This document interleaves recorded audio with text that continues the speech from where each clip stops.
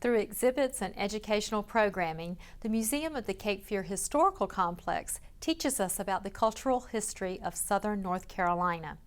The Regional Museum covers a 20-county area that extends to the coast. The museum's Heidi Bleasy describes a special exhibit on the U.S. Life-Saving Service and previews the museum's annual Holiday Jubilee. The Museum of the Cape Fear Historical Complex is part of the North Carolina Department of Cultural Resources, the branch of Archives and History.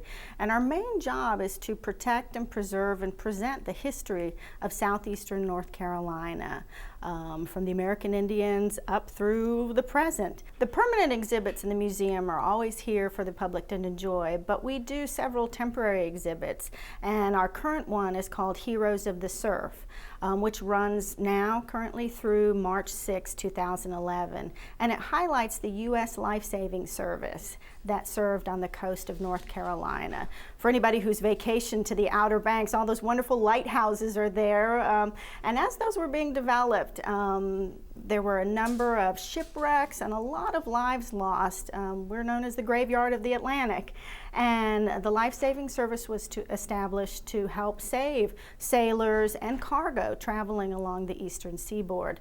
In its 44-year history, they saved hundreds of lives and thousands of dollars worth of cargo in a very dangerous mission, going out in the stormy surf, hauling lifeboats, shooting lifelines, and even things like the breeches buoy was a floating life preserver. We think of all the technological sound equipment that the U.S. Coast Guard has, and helicopters, and all of this technological equipment. These men were out there in cork vests, rowing in these storms. It was just a very harrowing job, and this exhibit does a great job to highlight the dangers and the heroics that were involved on the coast of North Carolina. Holiday Jubilee is something we've done here for about 10 years. It's our 10th anniversary program, and we've decided to focus on sounds. One of the things that's always present at Holiday Jubilee are the wonderful decorations in the 1897 Poe House. This year's theme is a white Christmas, so the tree will be shining and glimmering with silver and white decorations. We cook on the 1902 wood-burning stove, so the sounds of wonderful things frying in lard, just a wonderful sound and a delicious smell as well. We'll be making Victorian crackers, so it's kind of like a make and take workshop for kids of all ages to be able to take a piece of historical Christmas fun home. And we have the wonderful sounds of Charles Petty, who plays a variety of historic instruments in the bluegrass, old-time music, a bit of Celtic music put in there. So it's something for families, for people of all ages to come and just take a chunk out of their December 5th from 1 to 5. A special exhibit that we're partnering with several agencies on is one about Omar ibn Said, who was a Muslim slave brought over from Africa to South Carolina. He escaped an abusive owner and found his way to Fayetteville. In jail, he wrote on the walls in Arabic, and many people were fascinated by that. He was purchased by the Owens family of Bladen County, and he eventually wrote an autobiography of his life in Arabic, and we'll be showing some of the pages of that manuscript and have some other items highlighting his life.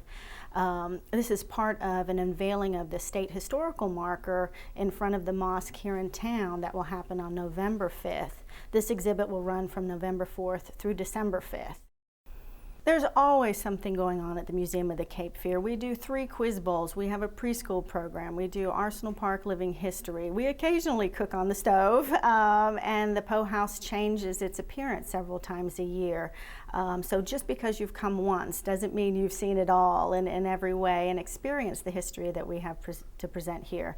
Our Heroes of the Surf Family Day is coming up as well on November 6th. We're at the corner of Arsenal and Bradford Avenues, which is 1 block off of Hay Street. So when you're out looking for something free and family-friendly, want to take an interest in what's going on here. We have a lot of soldiers who are stationed here who've come from all different areas of the country. And so discover this area, discover your own community, and be a part of that.